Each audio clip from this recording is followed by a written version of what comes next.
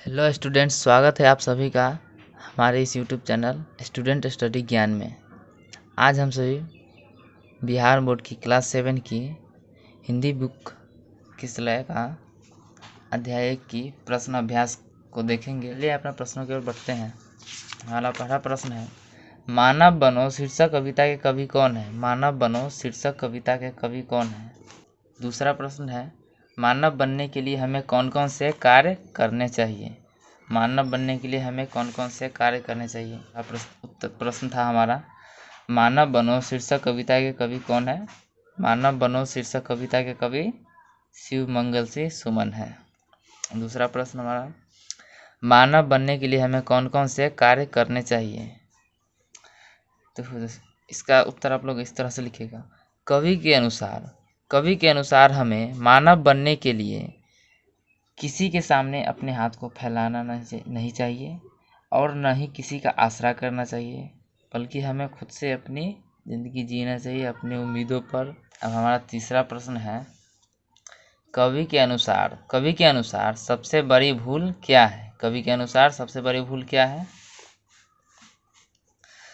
कवि के अनुसार सबसे बड़ी भूल किसी का आसरा करना है। कवि के अनुसार सबसे बड़ी भूल क्या है? किसी का आसरा करना। अब अश्रु दिखलाओ नहीं, अब हाथ फैलाओ नहीं, ये एक अलग पंक्ति है और ये अलग पंक्ति है। चलिए पहले वाले पंक्ति का अर्थ देखते हैं हम लोग। उपरोक्त पंक्ति मानव बनो शीर्षक कविता से लिया गया है, जिसके कवि शिव मंगल सिंह सुमन है। जो कि इन पंक्तियों के माध्यम से बता रहे हैं कि कल भी हमने यहाँ आपको बताया था कि यहाँ तक आप किसी भी कविता का अगर अर्थ लिखने को कहे तो यहाँ तक आप लिख सकते हैं। इसमें आप कविता का नाम और कविता के कवि का नाम लिख करके, मानव अब तुम अपने आंसुओं को मत बहाओ और न किसी के सामने अपने हाथ फैलाओ। तो अब देख सकते हैं, अश्रु दिखलाओ नहीं, मतलब अश्रु का अर्थ होता है आंसू। कवि कह रहा है कि आंसू को मत दिखलाओ, खुद से अपने कार्यों को करो और न ही किसी के आगे हाथ फैलाना पड़े, ऐसे रहो। अब हाथ मत अपने मलो, जलना अगर ऐसे जलो, अपने हृदय की भस्म से कर दो धरा को उर्वरा। इसका भी हम लोग देखेंगे अर्थ। इसका अर्थ यहाँ से शुरू है। उपरोक्त पंक्ति मानव बनो शीर्षक कविता से लिया गया है, जिसके कवि शिव मंगल सिंह सुमन है। जो कि इन पंक्तियों के माध्यम से हमें बता रहे हैं कि मानव अब तुम अपने किए हुए व्यर्थ कार्य या समय की बर्बादी को याद करके मत पछताओ। अगर तुम्हें कुछ करना ही है तो अपने अंदर की सोच से लोगों को जागृत करो।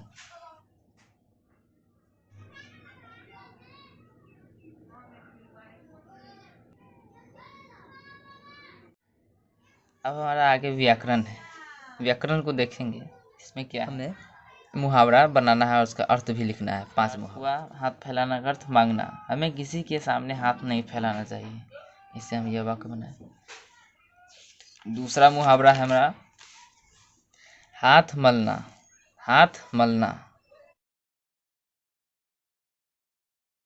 सिर चढ़ाना का अर्थात शोक करना, बच्चों को सिर चढ़ाना ठीक नहीं।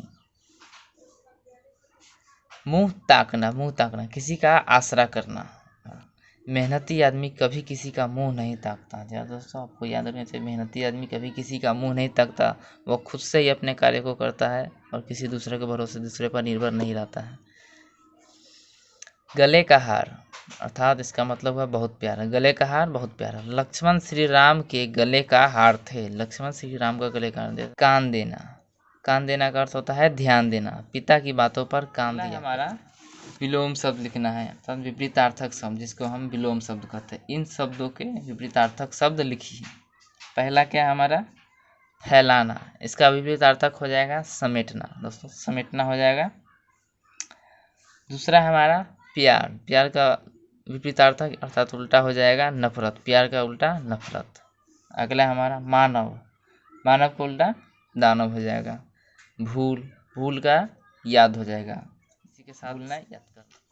हमारा प्रश्न अभ्यास खत्म होता है। आशा करता हूँ कि मेरे द्वारा बताए गए प्रश्न आपको समझ में आया होगा। अगर वीडियो पसंद आए तो लाइक करें और सब्सक्राइब करें, घंटे को ऑल पर सिलेक्ट कर लें ताकि हमारी सारी वीडियो आप तक पहुंच सके।